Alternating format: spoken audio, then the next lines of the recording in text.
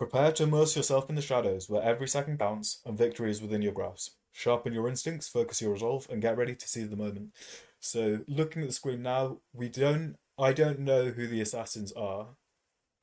So, Tim is hovering over blue, so I think that's his target. So, Tim is the green player. Oh, he's saying oops.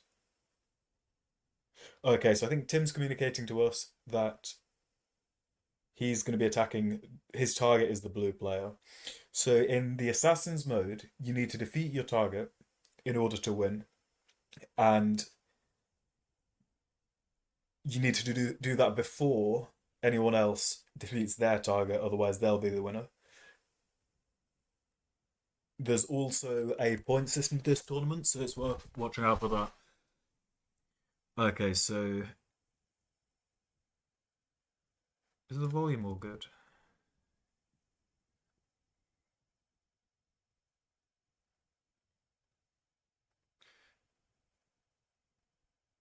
Tim, do you have volume on risk?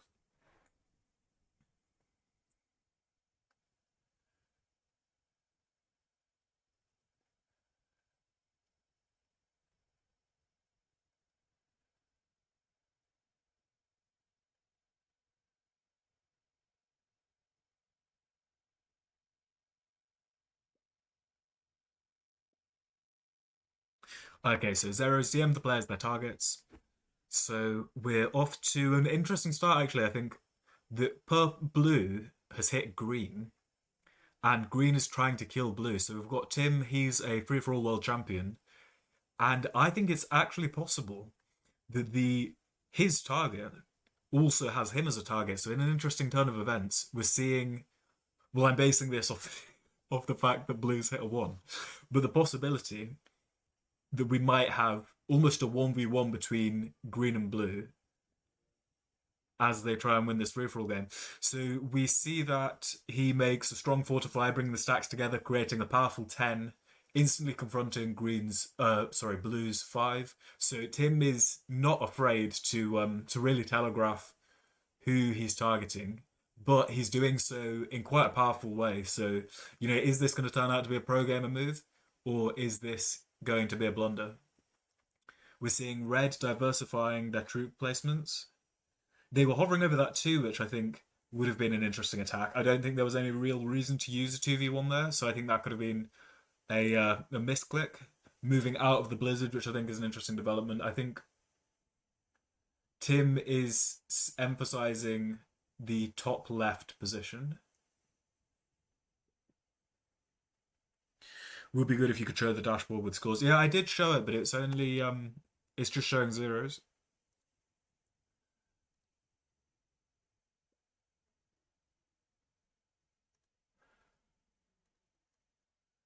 Okay, how's that looking?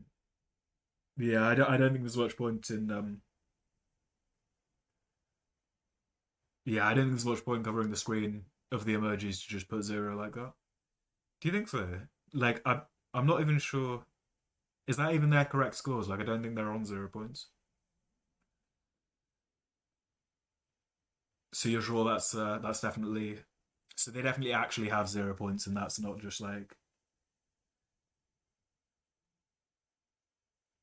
won't update until someone takes a bounty slash win for this round. Oh, okay. Oh yeah, so it's like this round scores. Well, that's quite nifty. Who Zero will score it. Thanks for help on that.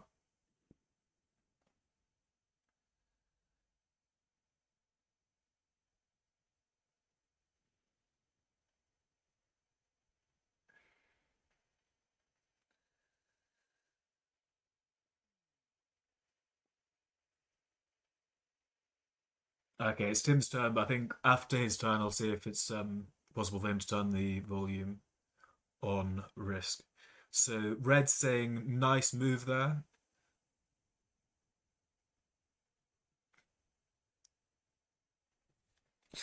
Hmm. What do you guys think of this position?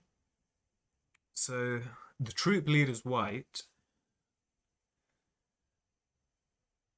and actually Green's on. I mean, I think I'm supporting Tim here. He's the streamer. He's a British player. He's a world champion. So it'd be cool to see a tactical win.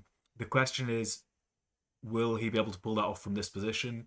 He's moved up from being the lowest in troops to actually joint highest. So that's a sudden interesting development.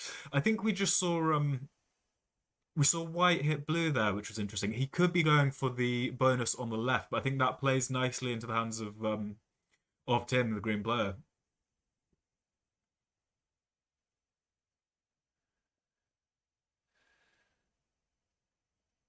Hudson Hornet says Brits for the win. Yeah, we've got some high level spectators in this chat. We've got Hudson Hornet, international grandmaster. We've got Zeraki, very skilled player as well. I think multiple world champion. So yeah, we're looking forward to seeing some very like informed comments. I think people are actually starting to play into a little bit of a bonus game. Like, is Green making a little bit of a play for the bonus on the right? There is an overlay to actually display that. I think I'm not sure whether it'll put the right map. Okay, yeah, that's that's Canada advance, but yeah, it looks like he's very close to taking the bonus on the right. I can't imagine that Green would want to let him hold that. I mean, White also wants a bonus. I think it's tricky in this sort of format to hold something just because you have such a clear nemesis who wouldn't want you to be holding that. Black making a play, putting some pressure on the bottom right hand bonus, combining stacks. I think we've got Leona there. She's won the Risk World Cup, so I think it's natural to be seeing her making some of these, pro gamer moves. Quite nicely done there.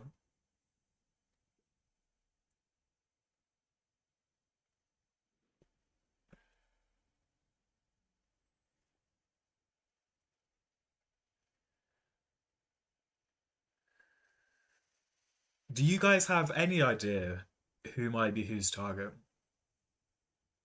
Because I think it's exclusive. So if blue is green's target, I don't think anyone else will have blue as a target. I'm not certain on that, but I think that's the case.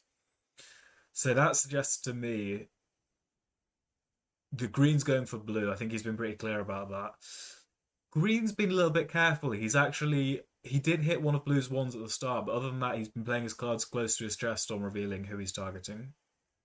Black seems to be fairly bonus focused. Black's frustrated there where White didn't let her have the bonus by pulling out the five. So does that suggest something about who the targets are, or is that just White being a little bit oblivious, or maybe just not wanting Black to just have South Africa? So she's, using the emojis to telegraph her emotion, putting all the resources she has at her disposal into play and making the most of what she has. Will she go for the 10v5 here? I think it's a bold move, and I guess the difficulty is if if black is her. I mean, if red wants her as the target, red will break it. Like if green wants her as the target, he'll break her. Like if blue wants the target, he'll break her. If white, like it's like who isn't targeting her that she will hold that. So yeah, I think she's playing that a little safe, not raging her way into the 10v5, but kind of hovering over it, communicating that she's willing to make the move and wants White to pull back. Is White going to respond to this threat kindly, or is White going to, keep those troops there and,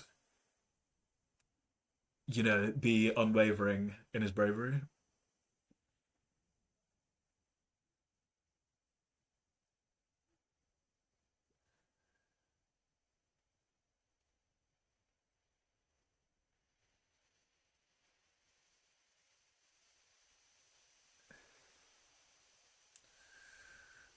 Okay, so we've had a response from Crackle. He's happy with the way we've handled the missing player. So Crackle's the head of these tournaments. Yeah, big respect to him. I think yeah, the work he does is very impressive. Actually, it's a really not only is it such a high quantity of tournaments in quite a fast turnaround with PRT, but it's such a high quality as well. Like you've got everything ranging from there's amazing artwork that gets commissioned for the logos. Like there's great technology. why is why is why does he want black to pull out a two? Like, come on, that's so okay. Yeah, like he goes for it, but it's like, what's the point of pulling a two out of the bonus? Just hit it. Like he lost nothing on that. So Black does want the bonus. White wants the bonus. Are these two going to be able to pull together a bit of an informal alliance? And does either have the other as the target?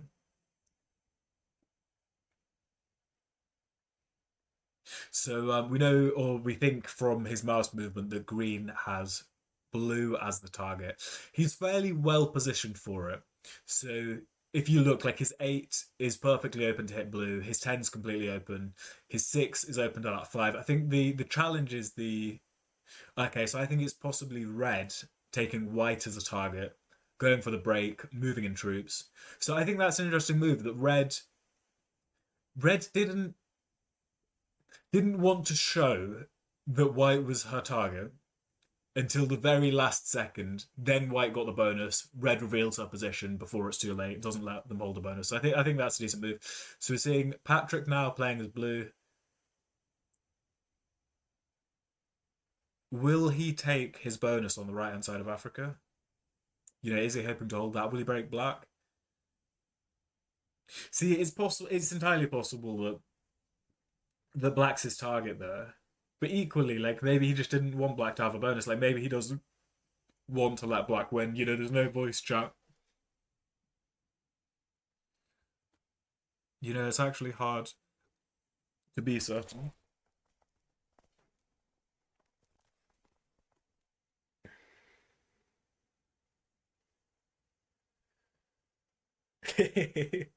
So we're seeing White saying good luck to Red. I think he's angry. I think the interesting situation here is that White is Red's target, but that doesn't mean Red is White's target. So I think Red is perfectly happy to spend a lot of troops fighting White because he knows that if they both go down, but he kills White, then that's a win. But I think White is actually playing this fairly maturely and carefully because I don't think Red is his target. So he doesn't want to waste troops in a 1v1. He wants to conserve troops and to actually defeat his target. So if Red's not his target, I actually think that was a decent move.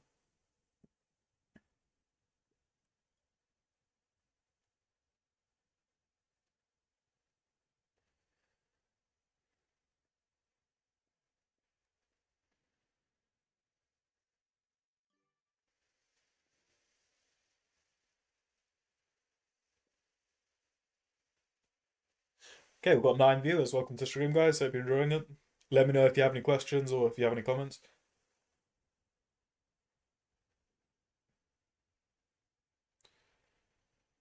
Open 10U says, just here to say, hope the broadcast is going fine, and if not, everyone's first time is a little clunky. Cheers, man.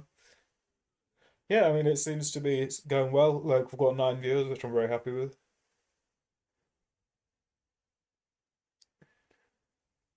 Thanks for the support. Wonder if there's a way to share this stream.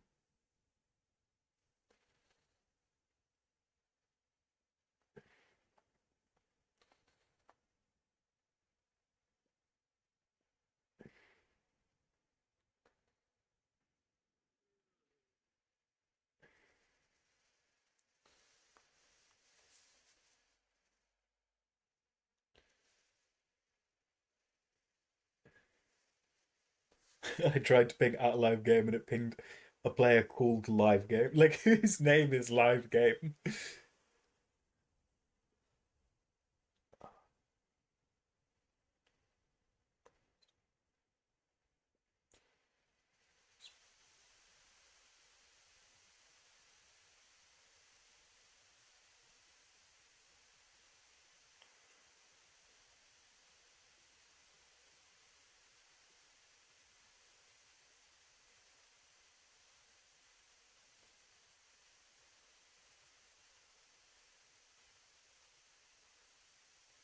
Why is it not letting me post? Okay, so back to White's turn, and I think we're seeing his conflict with Red develop, and I do think it's tempting to retake the bonus, but at the same time, like realistically, like is that Red 8 gonna let him keep that? Interesting move. Like, I mean, there's 3 games. Maybe he wants to look tough. Like, maybe he doesn't want people to step on him. Because I can see I can really see why Red would put the troops there, but also like that always was risky. Like regardless of who's the target, like sometimes people just get annoyed and they just want to hit something, and it's like everyone only has a limited supply of patience. So like if you push people too hard,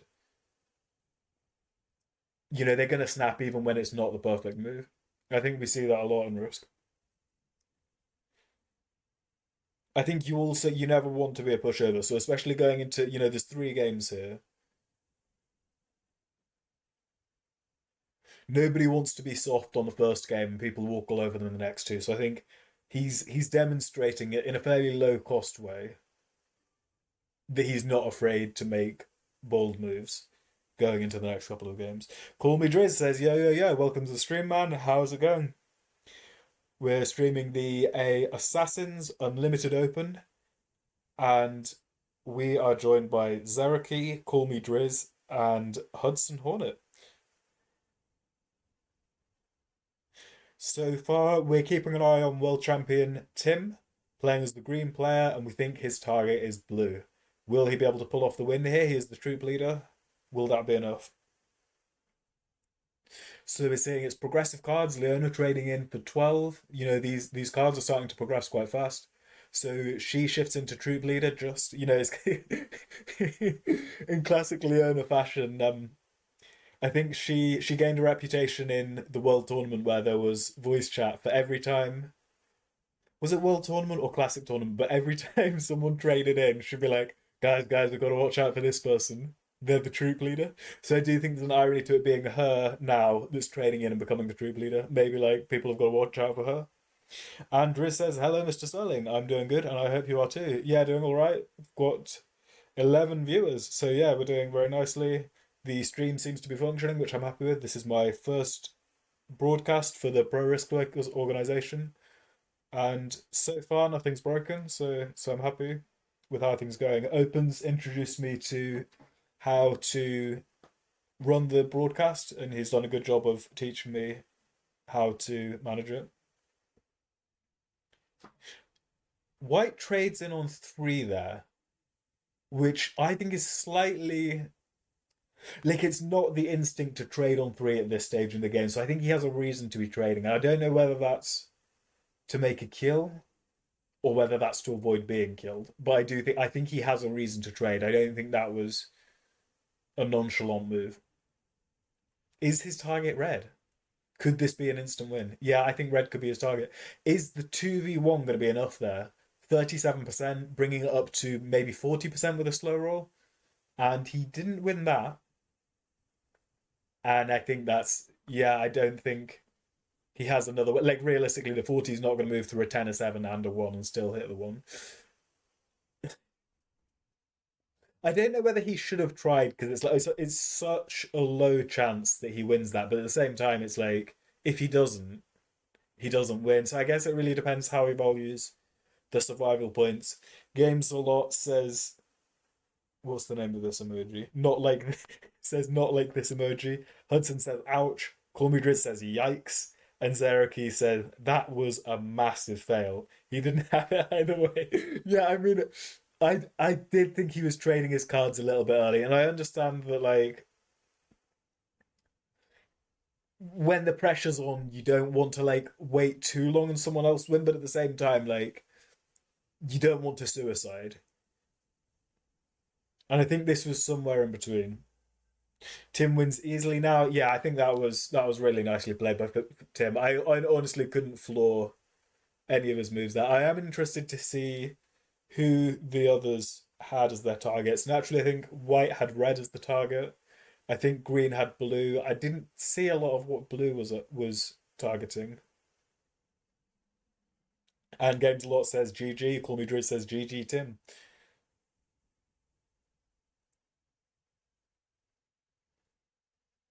Okay, so Zeraki has added 1 point to Tim, which I think is for winning the game.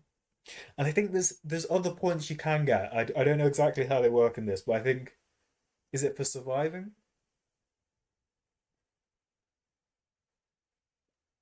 Okay, so Tim has 13 points, Leona has 4, Zychron has 4, and Not Young Me has 4. So Yeah, Tim's off to a powerful start here. I think he still plays the other games. Is okay, I think Red's just a bot here.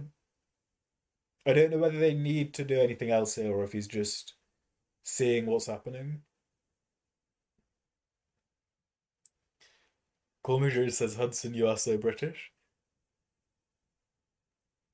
Survival points. How do survival points work?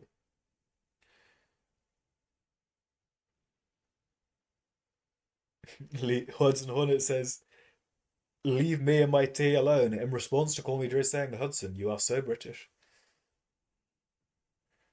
Join the club, bro. Andrew says, Hudson Hornet, do you put milk in your tea?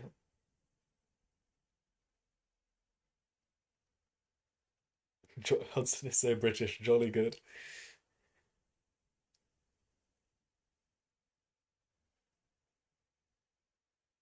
Of course.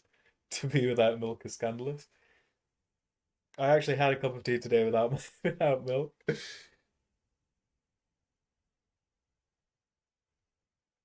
Oh, Zero knows the targets.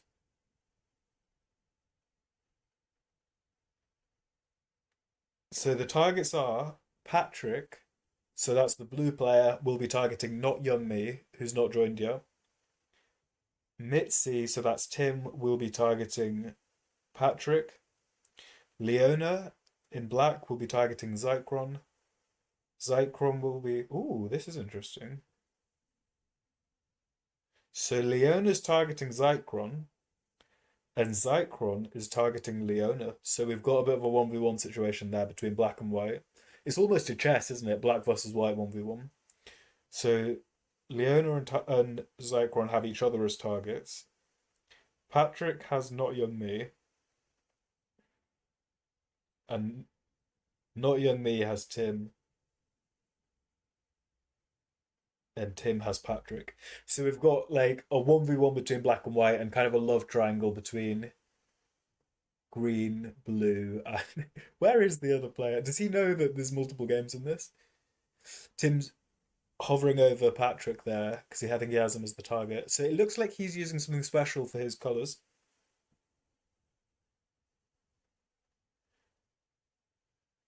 Games a lot says love triangle between Hudson and Drews. More like a love two-sided shape. Semicircle.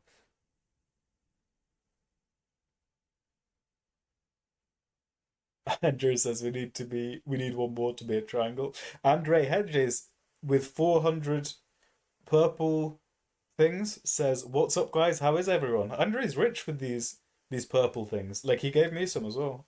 I don't actually know what they do, but I'm assuming they're good. Yeah, we're doing good, thanks, Andre.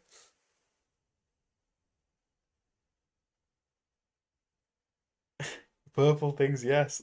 I don't know who the third would be. Thanks a lot. Yeah, I actually. Oh, I was talking about Andre the other day. I think it was in the context of we were talking about should we have a Saber tournament where the players are like the high level players on the Saber leaderboard, and my argument was that if we did, it should be the top 500 Saber players because I looked and the 500th player was Andre, and I was like, Andre's a good player, so like if everyone's as good as him or more on the Saber leaderboard, it's going to be a good tournament where everyone's a top player. He donated about $5. Wow, he's rich, big spender. Games a lot says, "Oh sweet, I would be a top player." Good, good stuff. What's your Saber rank, Games a lot? Okay, so red is consolidating a large. Why are they playing the same map? Is it? Oh, it's portals. Okay, so we've got different settings. So red's consolidating a powerful six stack on that big choke point territory in the middle that connects to one, two, three, four, five, six different territories. So he's got a six that's open to six different territories. So like he's not only got a big stack, but he's got an open big stack, and I like that. And it's not only open, but it's also choke points. I think that's a pro level fortify.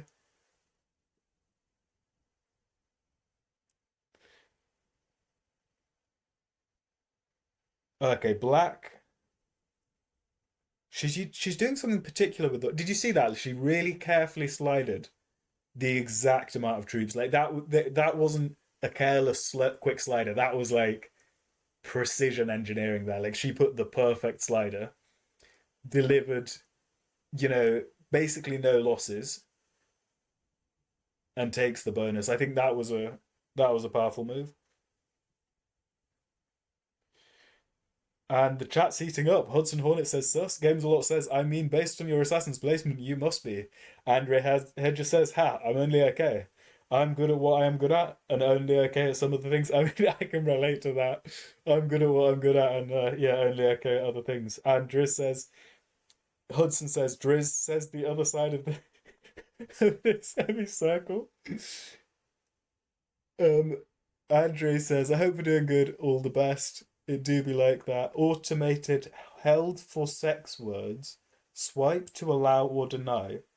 Huds Call me Driz has been caught by the auto mod for saying Hudson Hornet, I know you want to kiss me, and kiss me has been redded. Should we allow? Let's allow. I don't think that's offensive. Oh, it's not, I don't have the perms.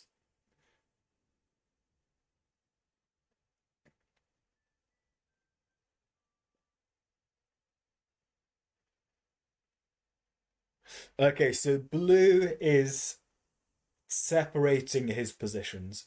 I think it's a popular strategy in progressive to put yourself in different parts of the map because it makes it harder to kill you. Because if someone wants to kill you, they can't just kill you in one place, they can't just kill you in two places. Like looking at him, he's got one, two, three, four, five stacks. So someone needs the firepower and the position to reach blue's five different places if he actually wants to get killed. I think the difficulty for Blue is while he's hard to kill, his capacity to attack, unless he gets big card trades, is limited. Like, who's he going to kill with a three? And he's got two threes. So I think he's playing defensively. Like, he doesn't want to be killed. He's not necessarily playing offensively in terms of preparing to make kills. I think his six in the bottom in South Africa is interesting. It's kill guarding the white two, and black needs to kill that two. So if black's gonna win, he's gonna have to, if black's gonna kill white and win this, he's gonna have to take out blue six first. And I don't know, is that a big brain strategy where he's just stopping black winning and he's gonna win himself, or is that a noob strategy that's just gonna result in him losing a six? And I think only time will tell. Games a lot says Driz getting in the top 10 changed him. Oh, congrats on the top 10, Driz. Did you He says, oh, top 10. Games a lot says, aren't you top 10 in KPO right now? And Games Hudson says, Games a lot, I know, right? We should we wouldn't let that get to our heads, would we?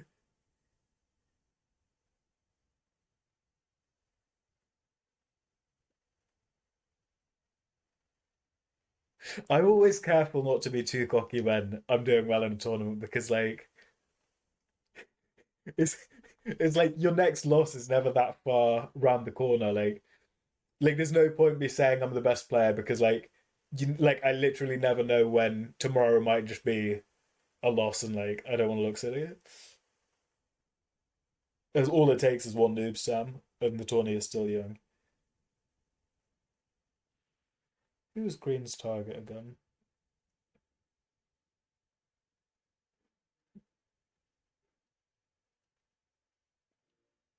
Oh, it's not letting me copy and paste his message.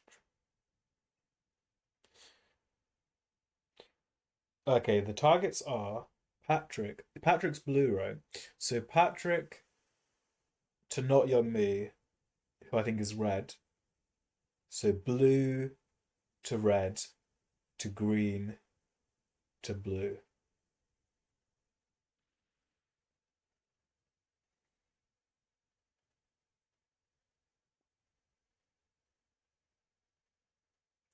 You know what? I don't think I've played not young me very much. He's a verified player. Maybe we have different availabilities. Is he good? Has anyone here played the red player? Not young me.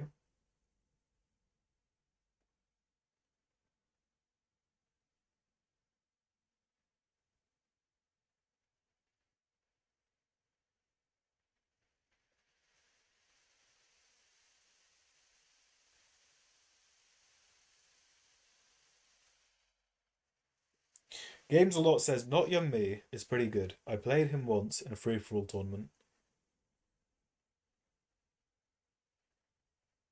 Johnny says in round one the two bots in my group sat on three and only hit me. It was on eight troops.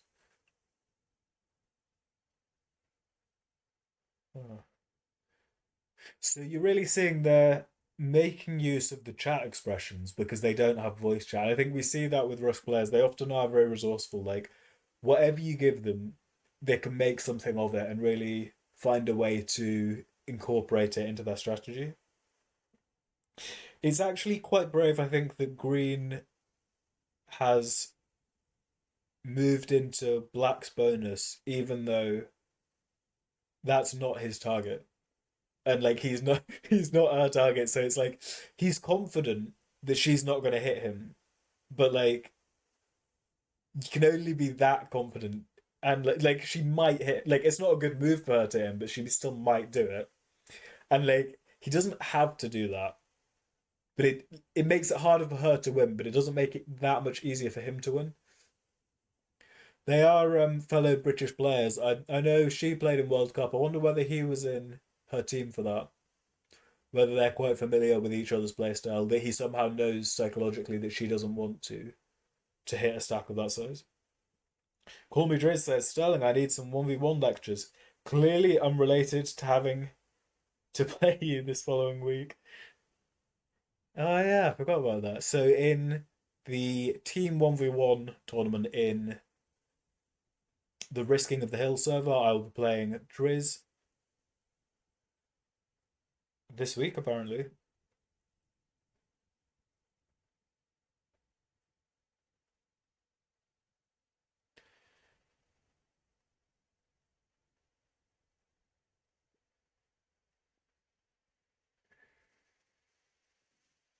I think it's fairly luck-based settings as well. So like, if you give it your best shot, like, and the luck's in your favor, like you'll be fine. And Hudson says, apparently I'm playing you, Sterling. Ah, I'm looking forward to playing you. I don't know whether we've played yet.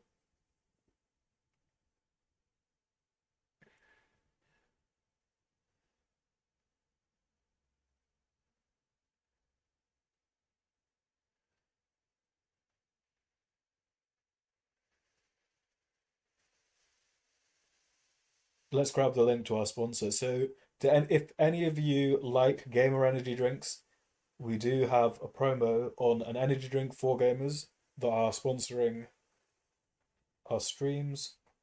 Let's see if I can find the link.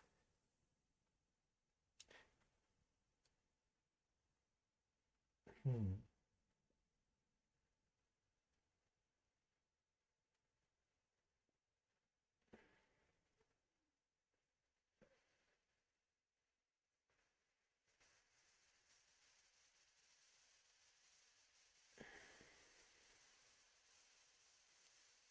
No, doesn't want to doesn't want to link today. But I think we'll work out for next time. And basically, Rogue Energy. If you're, I'll give it another shot if I can link it.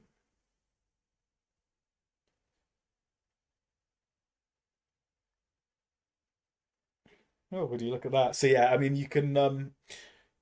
We do have a special discount code where if that gets used, what is our code? Our code is code risk taker. If you use our code, you get 10% off, and they give us lots of money so that we can give more prizes and make more content. So yeah, they do different flavors of energy drinks for gamers. Let's see what they've got. They are the best mixing energy and hydration, apparently, and they are willing to send to a range of countries. They've got deals, starter kits, tubs, sour candy, cans. Look, they've got lots of nice streamers. They've got different colours of drinks: Snowstorm, Ruby Splash, Radiant Rush, Sour Watermelon, and Razor Pop Energy. So yeah, if you are the sort of gamer that likes those, I'd definitely recommend choosing the one that is sponsoring us.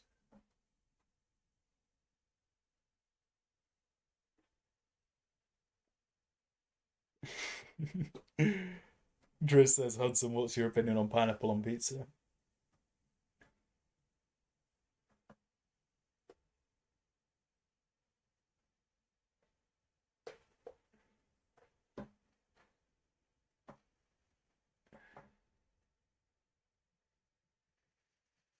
Andre Hedges says, okay, question.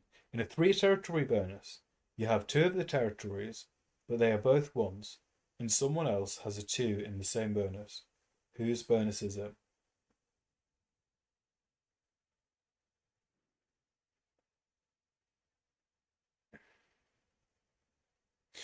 I think usually it comes down to if you were to fight to the death for it, who would end up with it? So, like, say it's like classic and it's Australia, like you each have a well, it's say the bot has a one, you have two ones, and the other person has a two. But you're going sixth in the turn order. You're about to pull out +6 on your first turn, whereas they're only going to get a measly, +3, unless they can clear you out immediately. You're just the objectively stronger one. So might makes right. Like whoever would win the fight has the claim. But of course, in that situation, either player could push the other out before that player even gets a chance to place troops there. So I think whoever just removes the other first, unless the other has troops nearby, is just the naturally stronger player. So it comes down to turn order.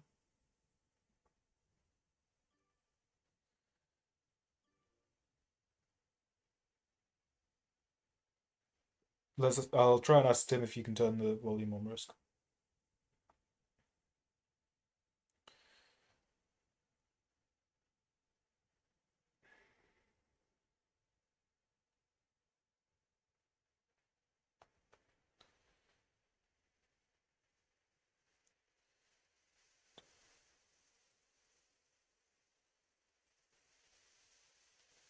Red's trading in for four, so that's the first card trade in Prague. They must have someone must have card skipped.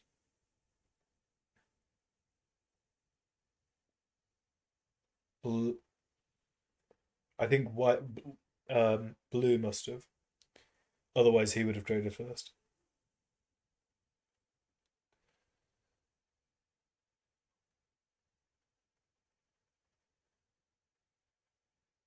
I'm still shocked to see this game go no bonuses as well. This lobby isn't very generous. Yeah, I think sometimes it just often depends on like how the tone gets set in the first place. Like once players get in their mind that there are going to be no bonuses, it's really hard to break that cycle. Whereas like once players kind of agree that there's going to be bonuses, it's also hard to get out of it. It depends like which way the social norm goes in the first place, and then it seems to stay like that.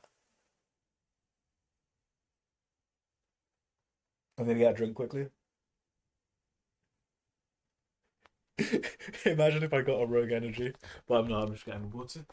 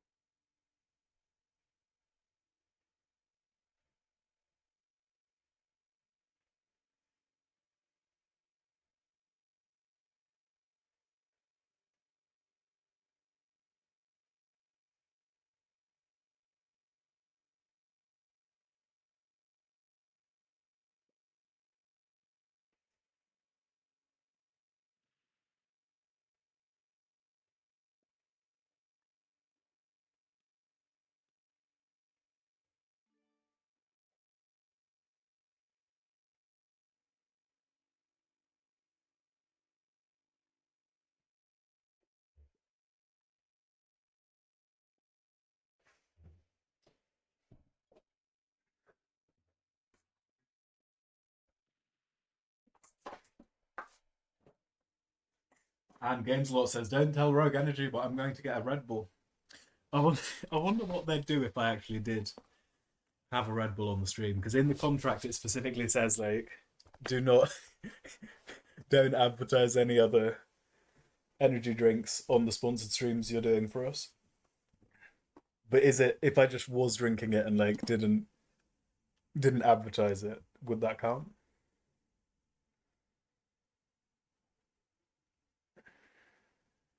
Okay, so I actually think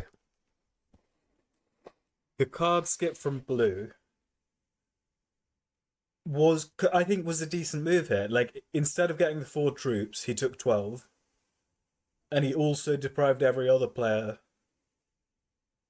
of two troops. So it's like not only did he cost everyone else between them eight troops, but he also got eight troops more himself.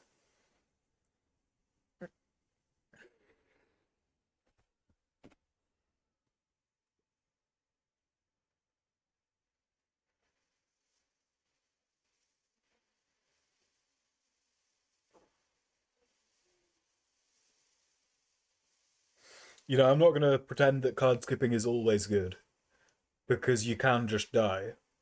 But like when you don't, it can be quite nice.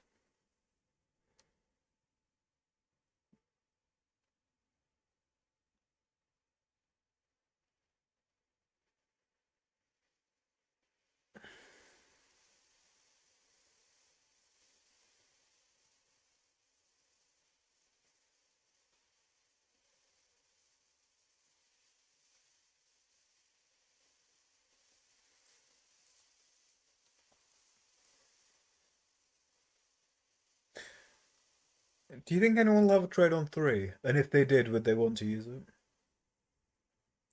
Okay, so White has to be thinking now about how he would kill Black. I think interestingly, you've got Black 17 isn't open to hit White's 14 unless this one from Red stays open. Like if Red just decided like I want to move my 25 upper territory to open it, like Black would be in a really tough position. Like fortunately it's not played out that way.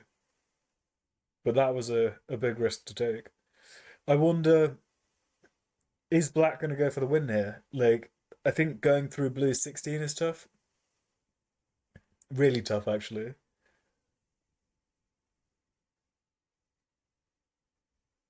If she's not going to win, though, like, what did she achieve by trading so early?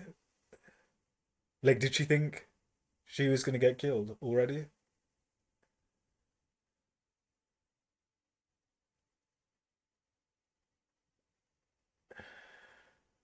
That felt like, I don't know, maybe White could have killed it, but I think that felt like a little bit of a nervous move almost. It's hard because, like, sometimes the right move is to trade and you don't trade. Sometimes the right move is to not trade and you do. It's like the right move is constantly moving, so it's easy to get on the wrong side of that. Okay, perfect. Tim is so good at this. Like, just flawless performances game after game. Like, no wonder he won his first free for all world championship.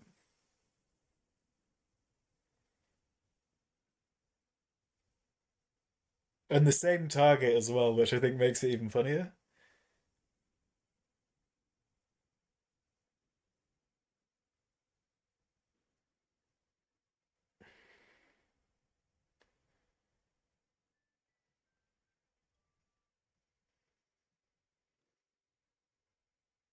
Games a lot said, what a waste of two wilds. Who had the wilds?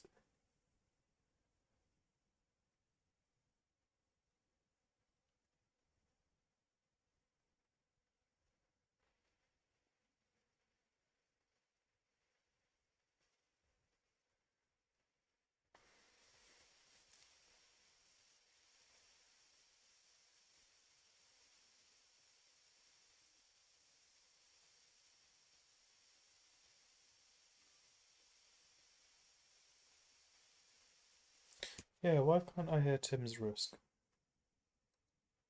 Is it because he's like I wonder whether it matters that he's muted, or is it like a separate thing?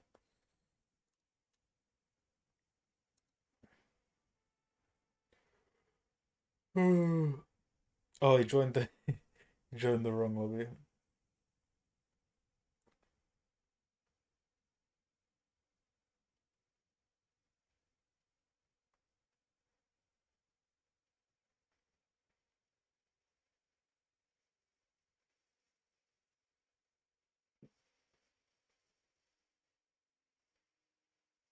Chloe Riz says Sterling getting sleepy at 9 p.m.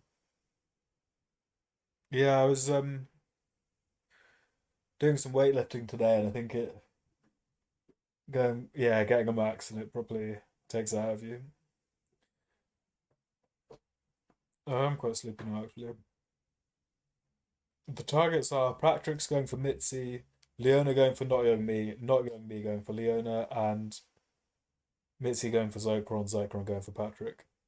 Oh wow, Sterling is a gym guy. Yeah, it's good for your health, and I think especially in the kind of cold, dark months, it's a good exercise that you can do like indoor without, so that when it is like rainy or like dark and stuff, that you don't have to cancel stuff. Whereas in summer, it is nice to get out and like do a proper sport or like hiking or go for a cycle in the great outdoors.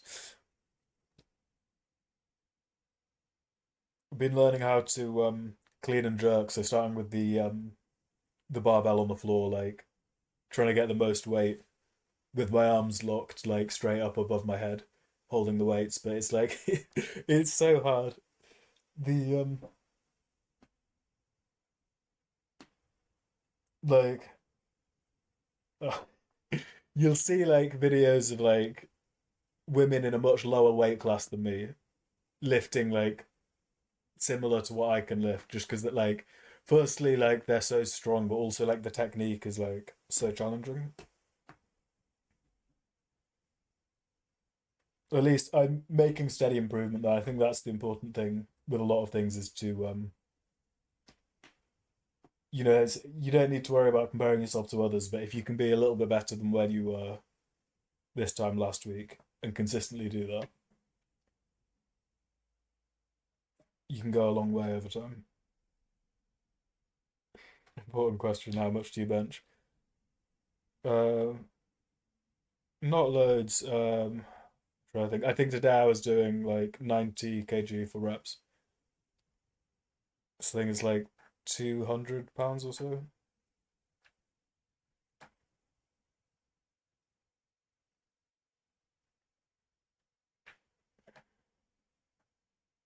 Driz says, damn.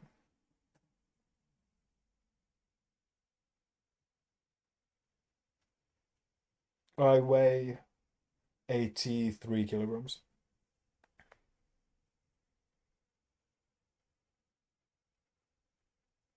at 6 foot zero.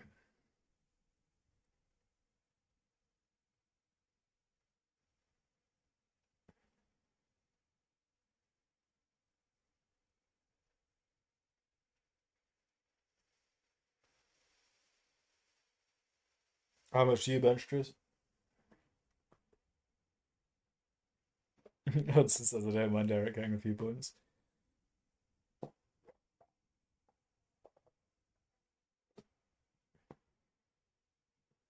He couldn't bench me. Well, he might, depending on how much you weigh and how much he benches.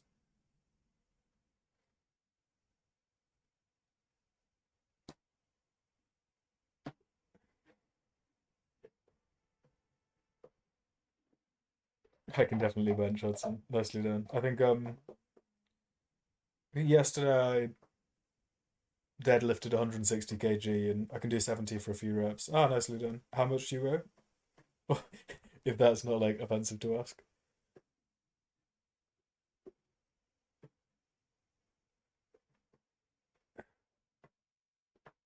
Because like naturally, like the bigger you are, the easier it is to lift more. I'm 80. Oh, okay, so we're quite comparable. So I'm a kilogram more.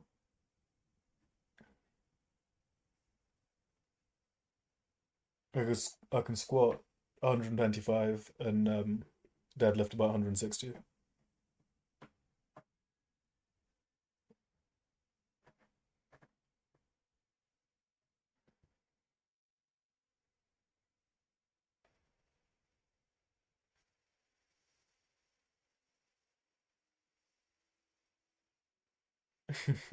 Hudson says I'm 79 and can probably lift the garden bench. It's funny how we're all like such a similar weight. Like if we were doing a sport together, we could be in the same weight class.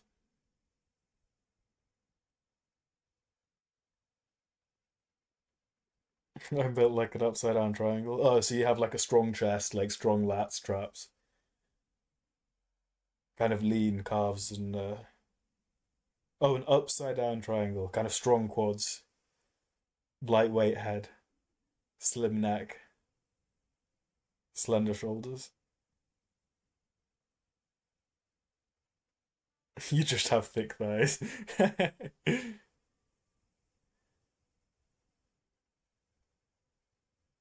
Okay, so Tim is leading with 26 points up against Leona's 8, Zychron's 8, Not Young Me's 8, and Patrick's 0.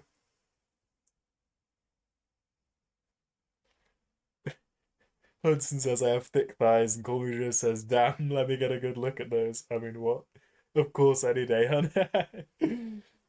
This chat's wild. How's my battery doing? Oh, need to plug my laptop in.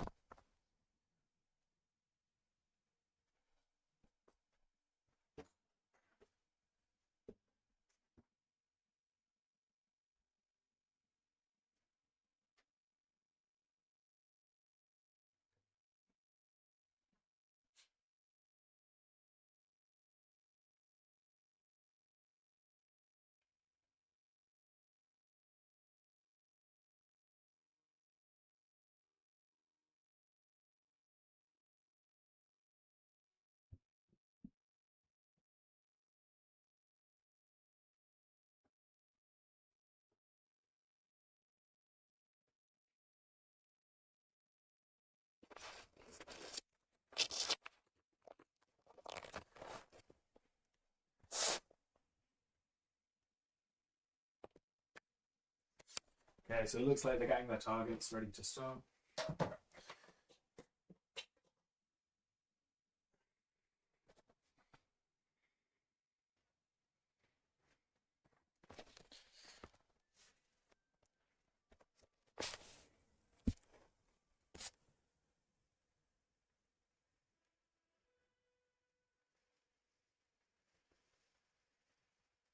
You can deadlift 152. Good stuff.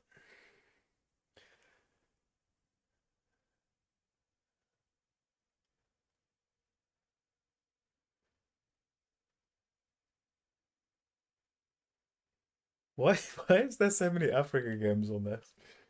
Oh, is it part of like how the tournament works?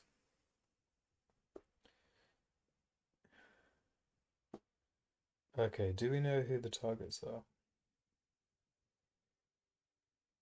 No, I don't. I think only Zero knows.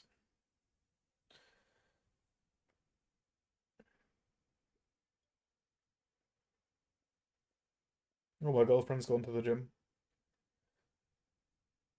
I helped make a workout plan.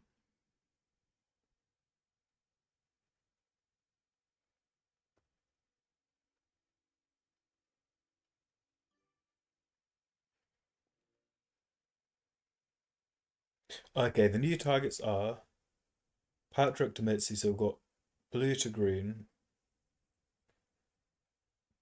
black to red, green to white, and white. What? This is so confusing.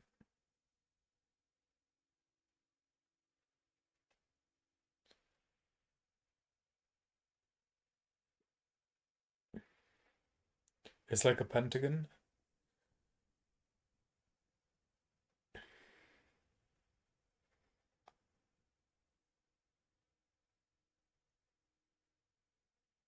They basically play the same maps with the same different settings apparently. It's Blizzard's round one, stable portals round two, and unstable portals. Ah, I see. To really like push. It'd be kind of funny if Tim won again.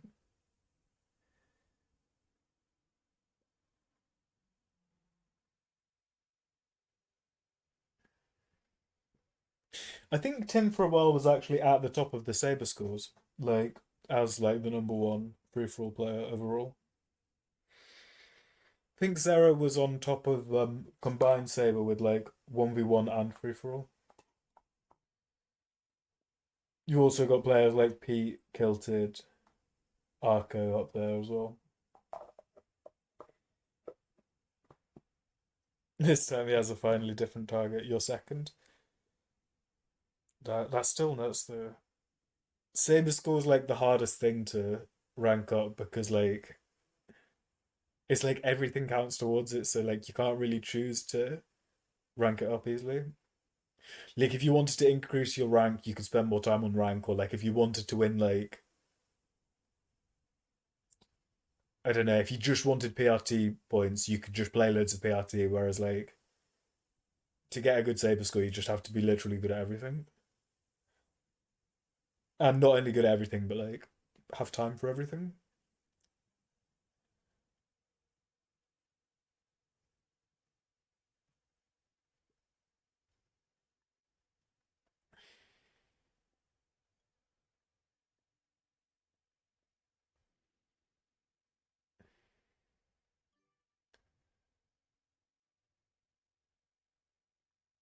That was an interesting move because I think green hitting red there looked initially as if red was his target, but actually I think it was smart that he's depriving white, which is his target, of his bonus before it's too late. I think white's in a tough spot here because he's got the best player in the game targeting him and he has 0 points. So that's not a nice position. Like it would be a big turnaround if he does win this.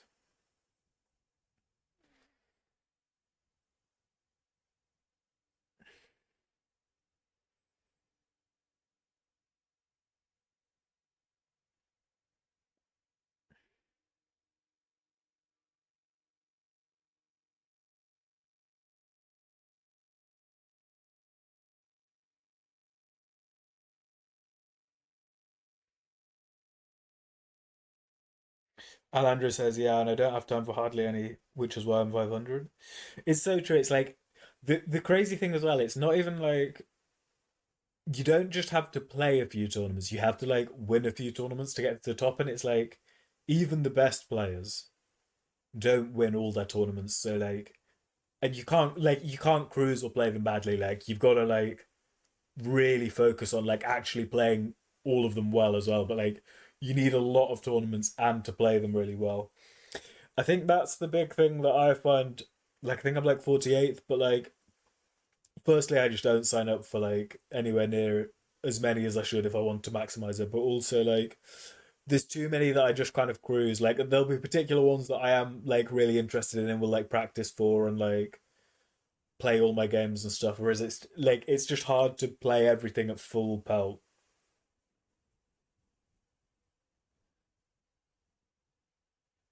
when there's like other stuff going on as well.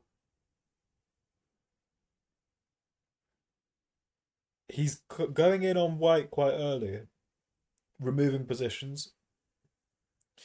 Zero says, "Yeah, I lost a lot of tournaments because by luck I could already be number one." Yeah, exactly. That's the thing. It's like even if you do everything right, like sometimes well, the thing is like somebody of all the risk players, there's going to be someone who plays well and gets lucky. So it's like you could play well, but if you don't get lucky, someone else is going to get lucky. And you don't necessarily know who it's going to be, but like there's so many players, there's going to be a good player who gets lucky.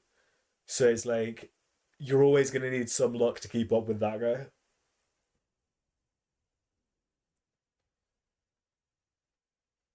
Yeah, it's Arco, it's impressive. It's like he's simultaneously like at the top of the saber board, but also at the top for most tournaments played as well. So it's like he plays all the tournaments and he does well in the tournaments. A lot of the PRT tournaments are quite good for saber scores just because they're such a high standard of opponents. So like even a relatively short PRT tournament, because they're such strong opponents and they can be quite good settings, can actually, if you do win one, be quite a big deal for your scores. And there's a lot of this PRT as well. So like if you played all of them, it really would boost you.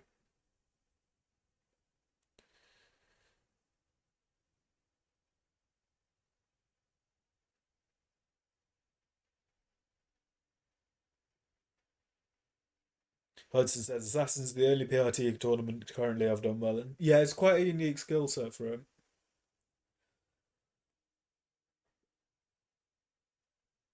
I think I've done reasonably well in a few. Like I think I can't remember if I reached finals or anything, but I feel like I reached semi-finals quite a few times.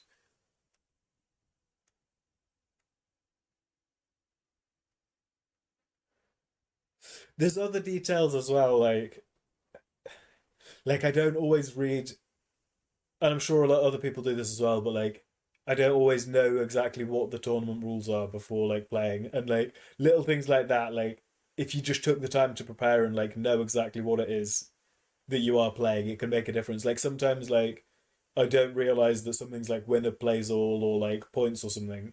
And then I'll make like a move thinking that it's one thing and it's actually something else. And like I could have got more if I'd really known what it was I was playing. And I think when there's so many tournaments, it can be easy to forget exactly what the one you're playing is about if you're not quite disciplined in really researching it.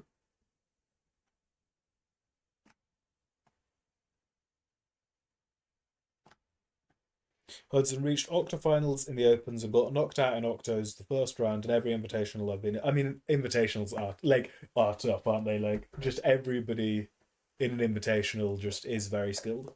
So, like, even if you're also skilled, like, they're always going to be a challenge. Okay, Tim's eyeing up a kill on White, but he's not got a lot of troops, and White does have a lot of troops. So, this could finally be Tim not winning. Arco got 2-3-8-4 for winning GM, and Blazing got 2-3-5-1 for winning KPO. So GM 20 is actually slightly more than KPO. That could be because of decay though. Like over time, they get worth less.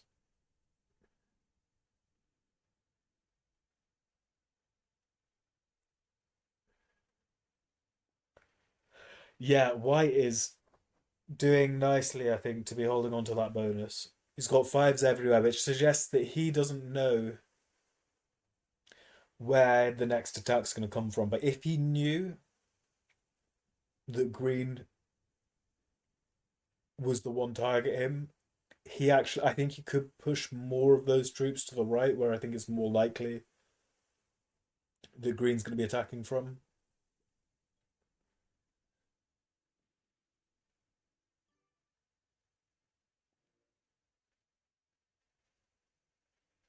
But yeah, it's interesting. I think of White's been finding it the hardest so far was actually is looking like what could be the nicest position here. Zycron has won.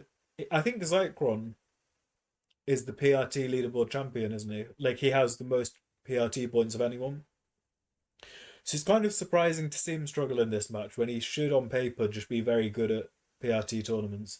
I think maybe Assassin's a little bit different to his preferred style. Maybe he's had unluck.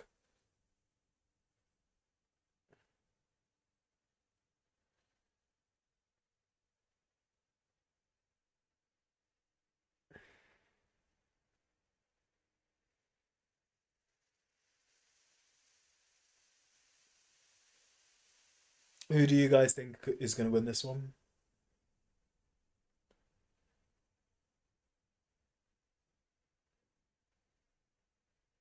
No one's card skip this time.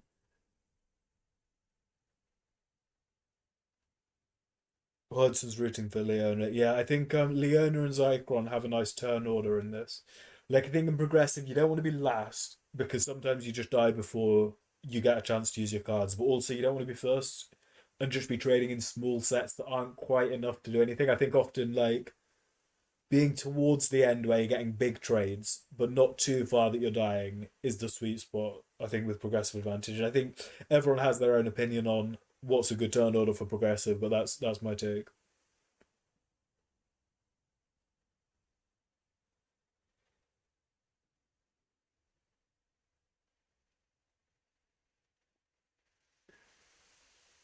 They're playing this very cautiously, aren't they? Like taking a card, passing. I think they all want to. I think firstly because your brain gets tired when you play multiple games in a row. I think we're seeing a little bit of stamina loss, that they're getting a little bit lethargic, I think, in the way they're playing, but also just because there's not that much reason to do much here. They want to look strong in the first game by being aggressive so that people are afraid of them for the next two. Whereas at this point, it's like they've made their mark reputationally, and it just comes down to like make your best moves. And if there's no reason to attack someone, like there's kind of no rush to do it.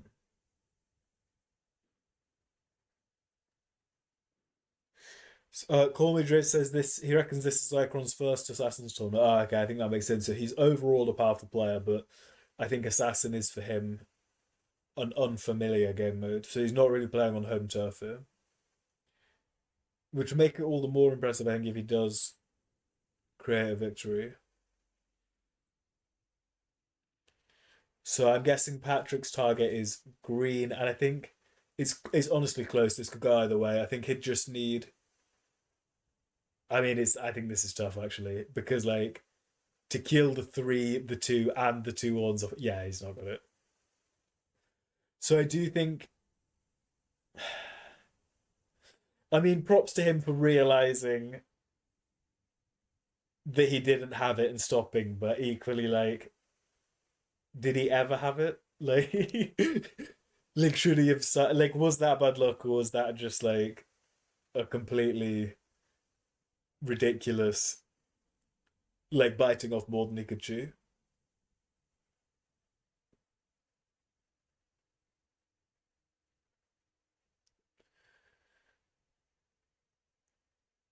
Which player was it who? I think it was Patrick, wasn't it? Who in the first game kind of did the same thing and like just went overly aggressive.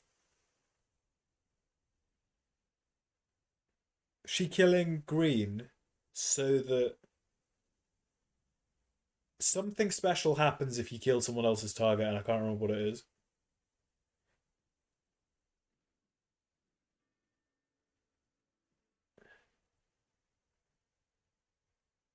So, Driz says, unrelated question. What do you think about using the new format I suggested for 1v1 tourney instead? Because we might not get enough teams. Um, I think if we market it well, I think 16 teams is doable for 3v3, but I think also there's what is it, the sudden death 1v1 tournament. So I think it could work there for 16 players. It just depends whether it ends up being too many players for that format. But if it's about 16, I think that it would work. I think it's good, especially in the Grandmaster Arena server, where it's like unofficial to try out some cool but slightly riskier ideas, kind of see what works. Where I think with the official tournaments, they like to play a little bit safer with things that we kind of know are going to work. Whoever had Tim as a target now has Leona as a target. Okay, so blue has black as a target. I think black has red. So basically, Leona didn't want to just let blue win.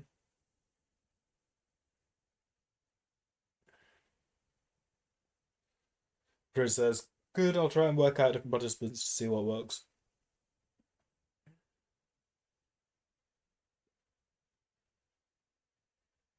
Andrew says, Hudson, that's not right.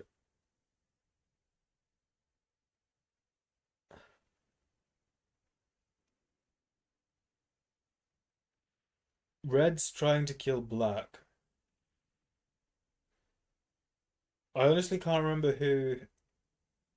That's so rich. 20v20 with another five ones. I mean, maybe he has it, but like, what's he gonna do about the five at the top? Why did he do that? He's just feeding the kill. But whose target is who? Who has red? Who has black as a target?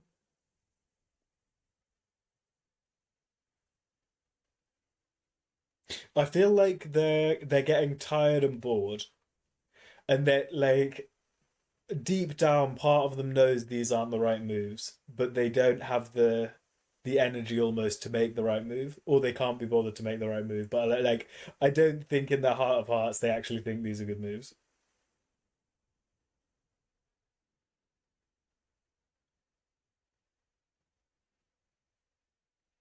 Oh, did that? So because Leona killed